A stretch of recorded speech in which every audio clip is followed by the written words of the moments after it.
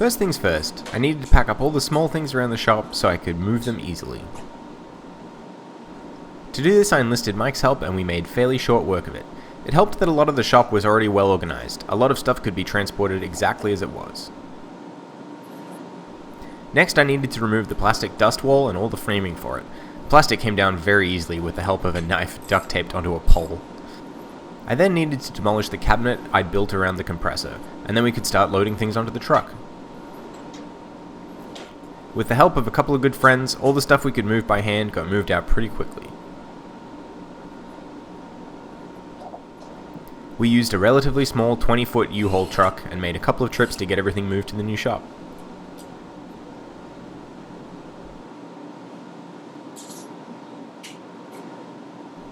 As you can see, the new shop is a lot larger than the old one. No more neighbours complaining about noise either.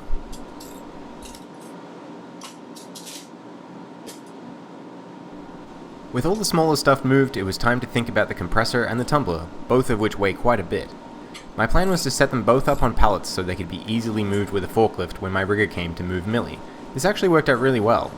The biggest issue was getting the compressor onto the pallet that I'd built for it. Picking up the compressor with the engine hoist was a bit sketchy because I couldn't lift from right above the center of gravity. With some careful pushing we got it positioned and bolted down to the heavy-duty pallet that I made for it. Next I needed to prep Millie for transport. This involves pinning the counterweight in place so it won't bang around inside the column, blocking the head in place to make sure I don't damage the ball screw, and removing the Z-axis servo and moving the cable chain so she'll actually fit out through the door. Bear in mind I'm managing to fit a full-size VMC through just a double door here. That's pretty amazing.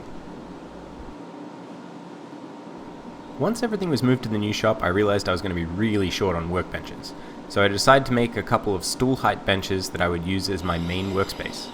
I bought a couple of solid kitchen countertops and then cracked out the MIG welder to make some legs for them. I used 2-inch square tube to make sure they were sturdy. I then sealed the bamboo tops with a couple of coats of water-based urethane to make sure they'd stay looking nice. Looking pretty sweet!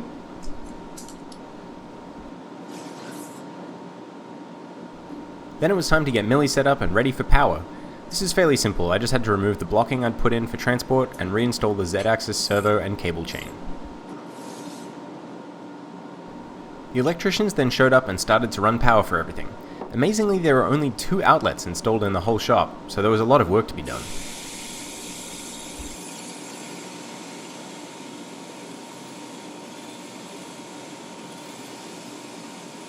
The rigger then showed up with a new toy. He had this hard-inch GT27 lathe in storage and wanted to get rid of it, so he gave me a bargain. Given that I had the space, I jumped on it, though to be honest I'm not sure if I'll end up hanging onto it as I don't need a lot of turned parts. The 2 new Fidal VMC 15s then showed up on a truck coming from a storage unit where they've sat for the last year. I only really needed one of these, but the seller only wanted to sell them together, and the price was crazy low, so I grabbed them. Then finally, with power and air set up, it was time to get Millie running again so I could start making some knives. This was not really a big deal, I just had to reinstall all the tools and the fixture plate, and then I was good to go. Setting up the shop neatly and efficiently is a different story. That is going to take a while.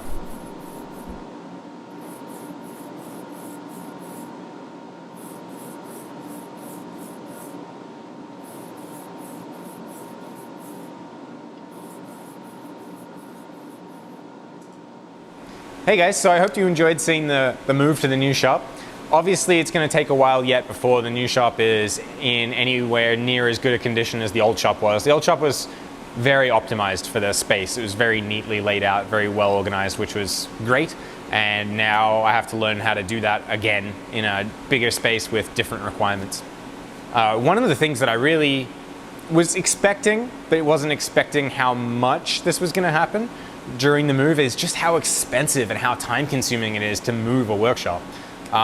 Even one that's as small as mine, you know, I was dealing with multiple LTL freight companies, multiple riggers, storage units, all sorts of stuff had to come together in order to get the move to work, and not everything was as smooth as we wanted it to be.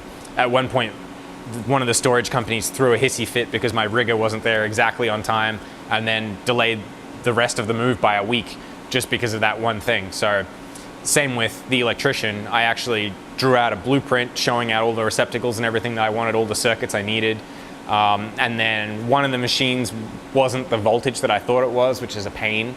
And then he did some stuff that wasn't exactly to the blueprint, like sharing breakers between outlets. And so we had to redo a bunch of stuff.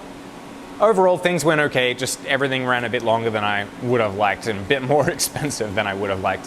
One of the things that's still in progress is the new machines. So I got these two new Fidals for about a bit over $4,000 each, which was a really good deal. And when I inspected them, rather, they were mostly running. In one case, the machine was completely running. I still actually haven't re-inspected that machine since it arrived here.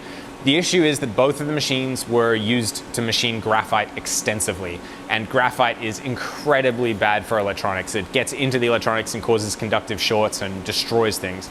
And I was pretty careful with firing the new machines back up, made sure to clean them very carefully before I fired them up, but I still lost some stuff. So on one of the Fidals, it had one dead servo drive when I bought it, and when I got it all fired up again, it had two dead servo drives, and then the spindle motor went bad and actually took the spindle drive with it, which ends up being a pretty expensive fix. So it's still a lot cheaper than buying a new machine, of course, but you know, there's a bit more work to do there than I would have liked.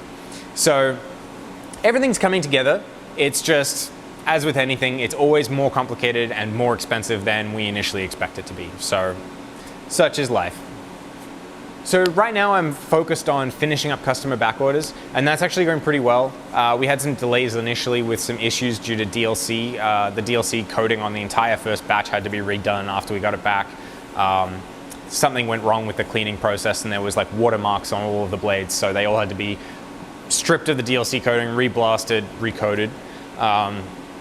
But now that things are rolling a bit more smoothly, we're catching up, which is great. And I'm getting pretty close to having all of those back orders done, which I'm really excited for and really looking forward to. So I hope you guys enjoyed seeing the move. I hope you enjoyed the video, and we'll see you again soon.